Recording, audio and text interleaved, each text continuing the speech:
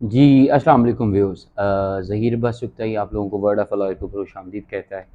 आज एक और मज़ीद वीडियो के लिए जो मैं आपसे बात करने जा रहा हूँ।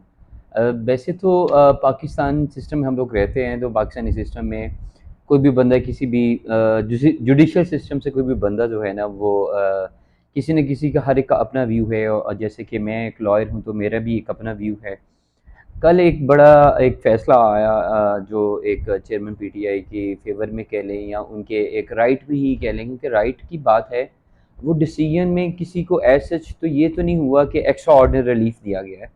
लेकिन उसके बाद से कुछ रिएक्शंस आए।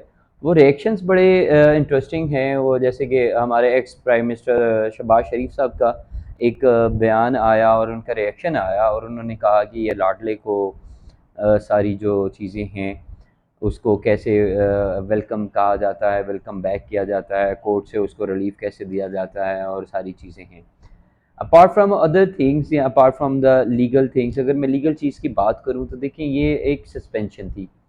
एक सस्पेंशन थी जिसके अंदर एक मैटर ऑफ राइट जो है वो किसी भी अक्यूज़ को सस्पेंशन उसका एज़ मैटर ऑफ राइट है, क्योंकि लेस पनिशमेंट थी।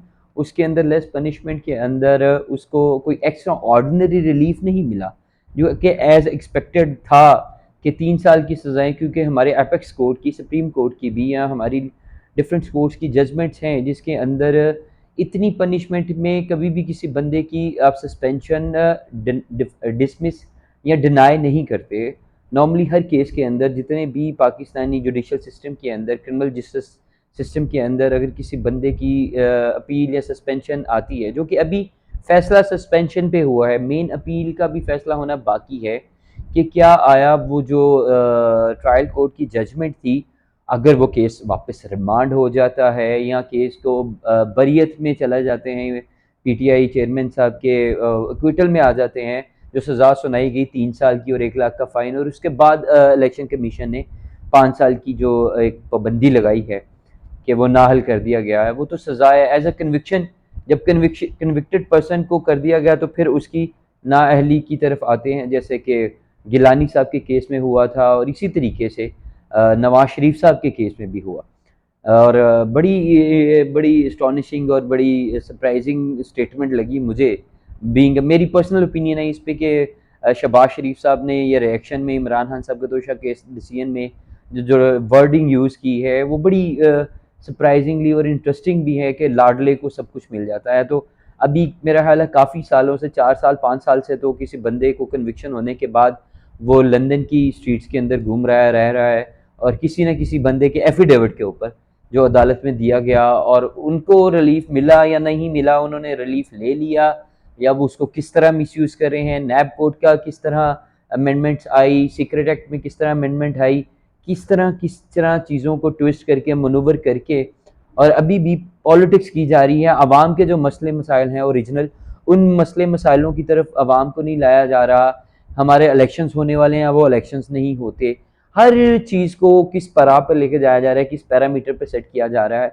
लेकिन ये बड़ी इंटरेस्टिंग सी और जैसे कि निज़ाम अदल के लिए लम्हा फ़िक्रिया है, और किसी बंदे को सज़ा होती है और उसको अदालतें, मतलब आप देखेंगे यहाँ पे there is a stages of the trial. अगर ट्रायल कोर्ट के डिसीजन को, अगर मेरे खिलाफ कोई डिसीजन आता है, तो क्या उसको मैं हाई कोर्ट के अंदर उसमें अपील में जाऊँगा कि नहीं जाऊँगा? मैं उसकी सस्पेंशन में जाऊँगा कि नहीं जाऊँगा? अगर हाई कोर्ट का कोई फ़ैसला आता है, तो मैं सुप्रीम कोर्ट जाऊँगा कि नहीं जाऊँगा? मैं किसी न किसी, मेरे पास तो फ़ोरम है, सुप्रीम कोर्ट के बाद एक पार्डन का फ़ोरम है, पार्डन का फ़ोरम है प्रेज़िडेंट के पास, कि उसके पास भी रिक्वेस्ट अपील फ़ाइल की जा सकती है, एप्लीकेशन फ़ाइल की जा सकती है for the pardon of the punishment. लेकिन ये किस तरह चीज़ों को किस तरह पैरा में लिया जाता है, कितने केसेस किसके खिलाफ बना लिए जाते हैं, पॉलिटिकल विक्टिमाइजेशन पहले भी होती रही है, अभी भी हो रही है, और अवाम के साथ किस तरह हर तरीके में किस तरह उसको यूज़ किया जाता है।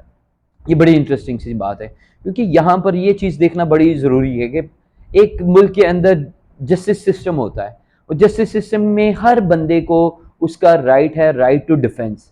अगर उसका राइट टू डिफेंस आप उससे ले लेते हैं, तो फिर सिस्टम कहाँ है?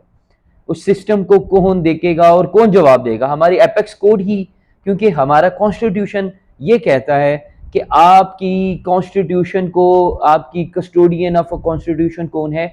आपकी जुडिशरी, सेपरेशन ऑफ पावर तो है कि हर एक ने अपनी एम्बिट में रह के चीज़ों को करना है, हर एक ने किसी की चीज़ों में इंटरफेयर नहीं करना, लेकिन जो कोर्ट्स का काम है उनको करने देना चाहिए, ना कि कोई जजमेंट आई है तो उसके ऊपर अपना ओपिनियन दे दें और ये कह दें कि वो लाडला है या अदलिया का सिस्टम इस तरह से है या आप जजिस को निशाने पे रख लें। तो ये मेरा ख्याल है, मेरे अपने ओपिनियन के मुताबिक ये अनफेयर है, ये चीज़ें नहीं करनी चाहिए। सो आप मेरे चैनल को ज़रूर लाइक कीजिएगा, अगर लाइक करें तो मेरी वीडियो को शेयर भी कीजिएगा और चैनल को सब्सक्राइब करना ज़रूर कीजिएगा, भूलिएगा ना। और प्लीज़ अपनी दुआ में भी याद रखिएगा। ज़हीर बाशुक्ताई फिर आपके पास किसी न किसी टॉपिक पे किसी वीडियो के साथ फिर तशरीफ़ लाएगा। खुदा हाफिज़।